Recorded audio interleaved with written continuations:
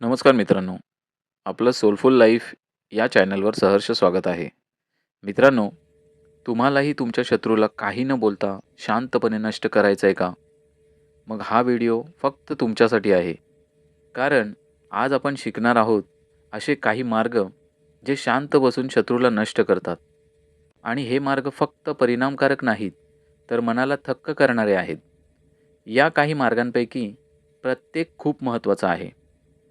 त्यामुळे जर तुम्ही कुठलाही मार्ग चुकवला, तर तुमचा शत्रू नक्कीच नष्ट होणार नाही, पण तुम्ही नक्कीच नष्ट व्हाल. म्हणून व्हिडिओ शेवटपर्यंत बघा आणि मध्यात कधीही सोडू नका. तर चला सुरू करूया. पहिला मार्ग म्हणजे आपल्या शांततेला ताकद बनवा. कमजोरी नाही. चाणक्य म्हणतो, जो माणूस आपली वाणी नियंत्रणात ठेवतो, तो युद्ध न करता शत्रूवर मात करू शकतो. अनेकदा शांत राहणं सगळ्यात वेगवान आणि घातक शस्त्र ठरतं. जेव्हा तुम्ही तुमच्या शत्रूंच्या प्रश्नांची उत्तरं देत नाही, तेव्हा तुम्ही त्याच्या सगळ्या योजना फसवत असता. कारण त्याला वाटतं, की तुम्ही प्रतिक्रिया द्याल, वाद घालाल, राग दाखवाल. पण जेव्हा तुम्ही पूर्ण शांत राहता, तेव्हा तो आतून तुटू लागतो. तुमची शांतता अशी आरशासारखी असते, ज्यात त्याचा खोटेपणा, राग आणि फसवणूक दिसून येते. साफ सगळं दिसायला लागतं त्याला.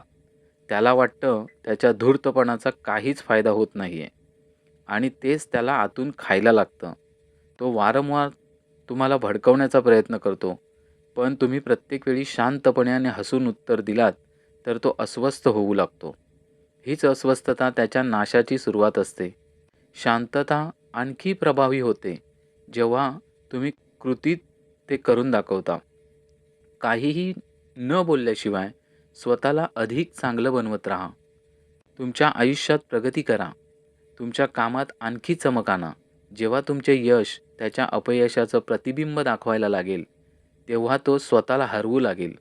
लोक जेव्हा तुमच्या यशाची प्रशंसा करायला लागतील आणि तो फक्त तुम्हाला कमीपणा दाखवायचा प्रयत्न करतोय, तर हळू त्याची स्वतःची इमेज लोकांसमोर खालावू लागते. शांत बसणं म्हणजे आपली ऊर्जा योग्य ठिकाणी वापरणं. तू त्याला उत्तर देण्याऐवजी स्वतःला पुढे नेण्यात व्यस्त असतोस आणि हीच गोष्ट त्याला सगळ्यात जास्त खटकते. त्याला समजतं की त्याने काहीही केलं तरी तुमच्यावर त्याचा काहीच परिणाम होत नाही आणि हा मानसिक पराजय त्याला तोडून टाकतो. त्यामुळे पुढच्या वेळी कोणी तुम्हाला भडकवायचा प्रयत्न केला तर हसून थोडं शांत बसा. लक्षात ठेवा, शांतपणा हा सर्वात मोठा विनाश आहे. ज्या विनाशाने समोरचा पूर्णपणे नष्ट होऊ शकतो. मित्रांनो, जर तुम्हाला ही गोष्ट खरोखर पटली तर एक लाईक आणि कमेंटमध्ये नक्की सांगा. दुसऱ्या प्रकाराचं म्हणायचं तर चाणक्य नीती सांगते, की जो माणूस आपल्या यशाचा ढोल वाजवत नाही, तोच खरा जिंकणारा असतो. शत्रूला शांतपणे नष्ट करण्याचा सगळ्यात ताकदवान मार्ग म्हणजे स्वतःच्या यशाने त्याला जळवणं. पण हेच जळवणं अहंकाराने नाही, तर इतक्या शांतपणे करायचं, की त्याच्या आत्म्याला सुद्धा जळायला लागेल. नीट विचार करा. जर तुमचा शत्रूला तुम्हाला अपयशी पाहायचं आहे, परंतु तुम्ही छोटे-मोठे यश संपादन करत पुढे जात आहात आणि तो वाट बघतोय तुमच्या अपयशाची. त्याच्यासाठी एक जबरदस्त चपराक आहे. पण ही चपराक सगळ्यात जोरात बसते, जेव्हा तुम्ही तुमच्या यशाचा मोठेपणा करत नाही. फक्त काम करत राहता, बोलत नाही, आवाज करत नाही. प्रत्येक वेळी जेव्हा तुम्ही यशाच्या नवीन ठिकाणी पोहोचता, तो माणूस आतल्या आत तुटू लागतो. त्याला वाटतं, की त्याचा अपमान होतोय, पण तो काही करू शकत नाही. कारण तुम्ही ना त्याचं नाव घेताय, ना काही उत्तर देताय. फक्त पुढे जाताय. हीच शांतता त्याला वेडा बनवते. तुमच्या कामाचा परिणाम त्याच्या मनोबलाला हळू खाऊ लागतो. लोक जेव्हा तुमच्याबद्दल बोलू लागतात, तुमची स्तुती करायला सुरुवात करतात, तेव्हा त्याचा अहंकार दुखावतो आणि तुम्ही तरीही शांत राहता. तेव्हा तो स्वतःला प्रश्न विचारायला लागतो. तो माझ्यापुढे कसा गेला? मी का तिकडेच उभा आहे? हेच प्रश्न त्याला आतून तोडून टाकतात. ते बाहेरून जितकेही शांत दिसले, तरी पण आतून ते दमतात आणि जो माणूस आतून कमजोर होतो, त्याची नक्कीच बडबड सुरू होते. म्हणून शांत राहून काम करा. निकाल स्वतः बोलून दाखवेल. नक्कीच शो ऑफ करायची गरज नाही. ना कुणाला सांगायची की तुम्ही काय मिळवलं. फक्त एवढं करा की तुमचा शत्रू तुम्हाला ओळखायला भाग पाडेल. त्याला आवडो की न आवडो काही फरक पडत नाही. लक्षात ठेवा, खरं यश तेच असतं जे स्वतः बोलतं आणि जेव्हा तुम्ही शांतपणे जिंकता, तेव्हा तुमच्या शत्रूला पराजय झालेला सर्वात वेदनादायी ठरतो. हेच शांत जिंकणं त्याला सगळ्यात खोल दुखापत करतं. मित्रांनो, तिसरा मार्ग चाणक्य म्हणतो, की शत्रूचा सगळ्यात मोठा कमकुवतपणा तोच असतो, जो तो सगळ्यात मोठी ताकद समजतो. आता विचार करा, जर तुम्हाला तुमच्या शत्रूची कमकुवत बाजू कळली, तर तुम्ही त्याला लढल्याशिवाय पण हरवू शकता. पण लक्ष ठेवा, इथे गोष्ट आहे हुशारीने काम करण्याची, समोरून टक्कर देण्याची नाही. प्रत्येक माणसात काही ना काही कमकुवतपणा असतो. कोणीतरी अहंकारात बुडालेला असतो, कोणीतरी रागात अंध झालेला असतो, कोणीतरी स्वतःला खूप हुशार समजतो, तर कोणीतरी इतरांना मूर्ख समजतो. आता तुम्ही जेव्हा या कमकुवतपणांना ओळखता आणि स्वतः शांत राहून काही न बोलता त्यांचा वापर करायला लागता, तेव्हा शत्रूचा पराभव नक्की ठरतो. समजा तुमचा शत्रू घमंडी आहे. त्याला वाटतं की तोच सगळ्यात जास्त जाणतो. दरवेळेस त्याच्या बोलण्याला मान देत डोकं हलवता, तर तो अजूनच जास्त अहंकारी होतो. आणि मग एक दिवस तोच अहंकार त्याला अशा निर्णयावर नेतो, ज्यामुळे त्याची बरबादी होते आणि तुम्ही फक्त प्रेक्षक बनून पाहत राहता. एक शांत प्रेक्षक जो आधीच सगळं जाणत होता. खेळ कधी थांबणार आहे ते. तो माणूस जो प्रत्येक गोष्टीवर राग करत राहतो, त्याच्यासमोर तुम्ही फक्त शांतपणे त्याच्या भावना खेळवत राहा. जेव्हा त्याला दिसेल की तुम्ही काही न बोलता हसत आहात, तेव्हा तो आणखी भडकून जाईल आणि प्रत्येक वेळी तो आपली मर्यादा ओलांडेल, आपली इज्जत कमी करेल. तुम्ही काहीही म्हणणार नाही, पण प्रत्येक वेळी तुमची शांतता त्याच्या रागाला आणखी जास्त पेटवेल. खरं तर तुमची शांतताच त्याच्या अहंकाराला ताकद देते, कारण तुम्ही जाणून-बुजून त्याला त्या दिशेने ढकलत राहता, जिथे त्याचं पतन दडलेलं आहे. कारण तुम्ही कधी कोणताही आरोप केला नाही, कोणताही वादविवाद केला नाही. त्यामुळे तो तुमच्या विरोधात ठोस काही करू शकत नाही, पुरावासुद्धा जमवू शकत नाही. लक्षात ठेवा, जेव्हा तुम्ही शत्रूच्या कमकुवत भागांवर खेळता, तेव्हा लढाईचं मैदान तिथेच अर्ध जिंकलेलं असतं. पण योद्धा फक्त तूच असतोस आणि या लढाईत आवाज नाही, तर रणनीती जिंकते. त्यामुळे पुढच्या वेळी जेव्हा तू कोणत्याही शत्रूला सामोरे जाशील, तर शांतपणे त्याचा अभ्यास कर. त्याच्या कमकुवती समजून घे आणि तिथून त्याचा खेळ संपव. याला म्हणतात खरी शांत बरबादी. पुढे चौथा मार्ग म्हणजे सर्वात मोठं फटकारणं, म्हणजे त्याला दुर्लक्षित करणं. असं चाणक्य म्हणतो, निंदकाला उत्तर देण्यापेक्षा त्याला दुर्लक्षित करणं जास्त घातक ठरतं. ही गोष्ट खोलवर आहे आणि त्याचा परिणाम शत्रूंवर आतून होतो. ज्याला तुम्हाला कमीपणा दाखवायचा आहे, तुम्हाला दुखवायचं आहे किंवा तुमच्या सन्मानाला ठेच पोहोचायची आहे, तिथे कटकारस्थानं चालू असेल आणि तुम्ही त्याला पूर्णपणे दुर्लक्षित करता, तर ती त्याच्यासाठी सगळ्यात मोठी शिक्षा ठरते. विचार करा, कुणीतरी रोज तुमच्या विरोधात काही ना काही बोलतंय, तुमची छबी खराब करण्याचा प्रयत्न करत आहे, इतरांना भडकवत आहे, पण तुम्ही त्याचं अस्तित्वच नाकारता. ना त्याच्या गोष्टींना उत्तर देता, ना त्याला किंमत देता आणि ना कुठलीही प्रतिक्रिया देता. आता तो त्रासलेला होऊ लागतो, कारण त्याला तुमची प्रतिक्रिया हवी असते. राग, वाद, सफाई किंवा भांडण, पण त्याला काहीही मिळालं नाही. तुमची शांतता त्याला खात राहते. तो दररोज स्वतःला सिद्ध करण्याचा प्रयत्न करतो. पण जेव्हा समोरून कोणतंही उत्तर येत नाही, तेव्हा त्याला असं वाटतं, की तो आता हरला आहे. हे दुर्लक्ष करणं म्हणजे मानसिक वेदना असतात, ज्यात आवाजाच्या तुलनेत खोलवर दुखतं. कारण माणसाची सर्वात मोठी गरज म्हणजे महत्त्व मिळणं. आणि जेव्हा तुम्ही कोणाला असं दाखवता, की तो तुमच्यासाठी एवढा महत्त्वाचा नाही, तुम्ही त्याच्याकडे लक्ष देण्यासाठी वेळही देत नाही, तेव्हा तो आतून हलून जातो. शत्रूला यापेक्षा मोठा अपमान काहीच होऊ शकत नाही, की त्याची सगळी कारस्थानं, सगळ्या योजना, सगळी मेहनत व्यर्थ ठरते. तुम्ही त्याला तुमच्या आयुष्यातला एक बेकार अध्यायाप्रमाणे कापून टाकलं. तोच तो क्षण असतो जेव्हा त्याचा आत्मसन्मान आपोआप तुटायला लागतो. जेव्हा तो पाहतो की त्याच्या अस्तित्वाचा काहीही परिणाम होत नाही.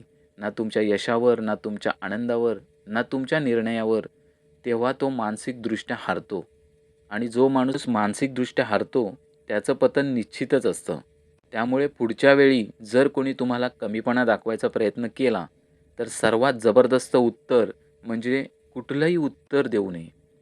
फक्त एवढंच लक्षात ठेवा, कधी-कधी सगळ्यात मोठी जखम तीच असते, जी दिसत नाही. नजरअंदाज करणं म्हणजे त्या अदृश्य हल्ल्याला एक जबरदस्त दिलेलं उत्तर असतं. 5वा मार्ग म्हणजे त्याच्या खेळांपुढे एक पाऊल पुढे असणं, असं चाणक्य नीती सांगते. ज्यांना शत्रूच्या योजना आधीच कळतात, त्यांना कोणीही हरवू शकत नाही. शत्रूची सगळ्यात मोठी ताकद असते अचानक हल्ला करणं.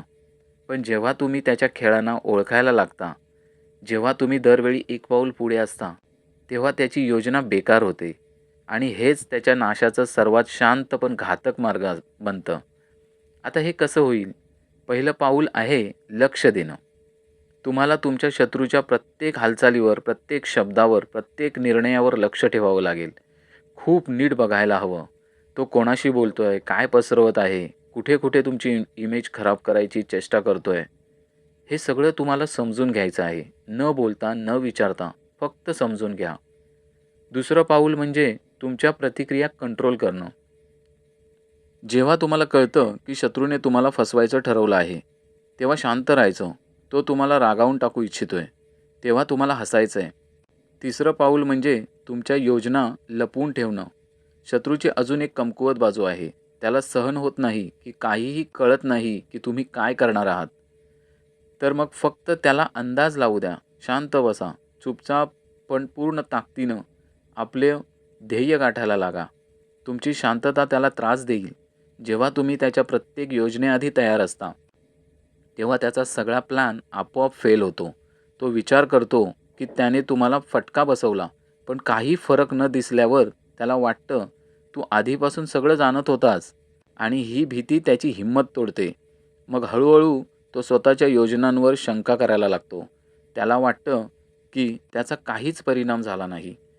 त्याने तर कोणताही प्रतिसाद दिला नाही. तुम्ही आधीच तयार होतात. हा प्रश्न त्याच्या मनाला जळवतो. लक्षात ठेवा, लढाई मैदानात नाही, डोक्यात जिंकायची असते. आणि जर तू डोक्यापेक्षा एक पाऊल पुढे आहेस, तर तलवार न उचलता सुद्धा शत्रूला हरवू शकतोस. लोक जेव्हा काही मोठं करत असतात, त्यावेळी टीका, अपमान, खोटं आणि अफवा हे सगळं सामान्य आहे. पण प्रश्न असा नाही की लोक काय बोलतात. प्रश्न असा आहे की तू काय करत आहेस.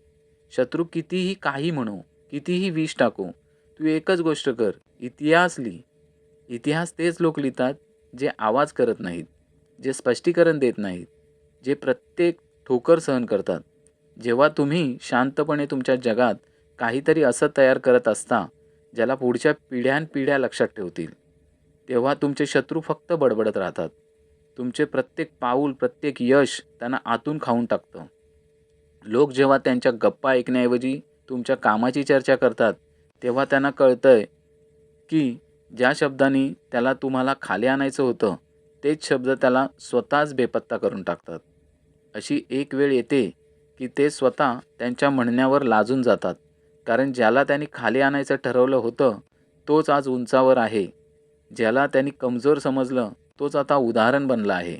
आणि जो एक वेळी गप्प होता, आज त्याचंच नाव सगळीकडे घुमत आहे. सगळीकडे त्याला बोलू दे.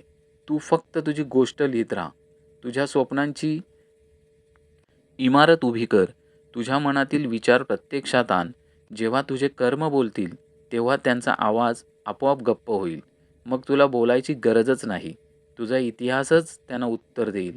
आठवण ठेवा, शत्रूशी नव्हे, स्वतःशी लढून जिंका आणि त्या शत्रूला हरवा. चाणक्य म्हणतात, जो माणूस स्वतःवर विजय मिळवतो, तो जगातील कुठल्याही शत्रूला हरवू शकतो. त्यासाठीची हीच खरी वाट आहे. ऐकायला हे सोपं वाटतं, पण त्याची ताकद कोणत्याही योजनेपेक्षा जास्त आहे. कारण जेव्हा तुम्ही तुमच्या आतल्या भीती, राग, कडवटपणा आणि असुरक्षिततेवर मात करता, तेव्हा जगातला कुठलाही शत्रू तुम्हाला तोडू शकत नाही. प्रत्येक माणसाच्या आयुष्यात बाहेरच्या शत्रूंपेक्षा जास्त धोका असतो त्याच्या आतल्या शत्रूंचा. कधी लक्ष दिलंय का? जेव्हा कोणी तुम्हाला लहान समजतो, तेव्हा खरी वेदना तिथून येत नाही, तर तुमच्या स्वतःच्या प्रतिक्रियेमुळे येते. तुमचा राग, तुमचं दुःख, तुमची असुरक्षितता हे सगळं शत्रूच्या शस्त्रात रूपांतरित होतं. पण आता विचार करा, जर तुम्ही त्या भावनांवर स्वतःच्या आतून नियंत्रण मिळवलात, जर तुम्ही तुमचा राग शांततेत बदललात, तुमची असुरक्षितता आत्मविश्वासात आणि भीती धैर्यात बदललात, तर शत्रूची कोणतीही योजना तुम्हाला स्पर्शही करू शकणार नाही. जेव्हा तुम्ही स्वतःला इतके मजबूत बनवता, की कोणतीही गोष्ट, कोणताही वर्तन तुमची शांती खराब करू शकत नाही. कारण ते समजतात, की तुम्ही कोणत्याही बाह्य शक्तीवर नव्हे, तर स्वतःवर चालता. तुम्हाला कोणीही चिडवू शकत नाही, कोणीही डिवचू शकत नाही. तुमचा मार्ग कोणीही बदलू शकत नाही आणि सगळ्यात मोठं म्हणजे कोणीही तुम्हाला हरवू शकत नाही. ही लढाई मैदानात होत नाही, ही आतल्या मनात होते, जिथे रोज एक संघर्ष चालतो. विचार करणं किंवा सहन करणं, तुटणं किंवा उभं राहणं, विखुरणं किंवा निखरणं. आणि जेव्हा तुम्ही रोज या संघर्षात स्वतःला जिंकता, तेव्हा जगातील सगळे शत्रू आपोआप हार मानतात. कारण ते तुम्हाला बदलायचं ठरवतात. पण तुम्ही आधीच स्वतःला एवढं बदललेलं असतं, की आता तुम्ही त्यांच्या पकडीतून बाहेर पडलेले असता. जर हा व्हिडिओ तुम्हाला आवडला असेल, तर व्हिडिओला लाईक करा, शेअर करा आणि सोलफुल लाईफ या चॅनलला सबस्क्राईब करा. धन्यवाद.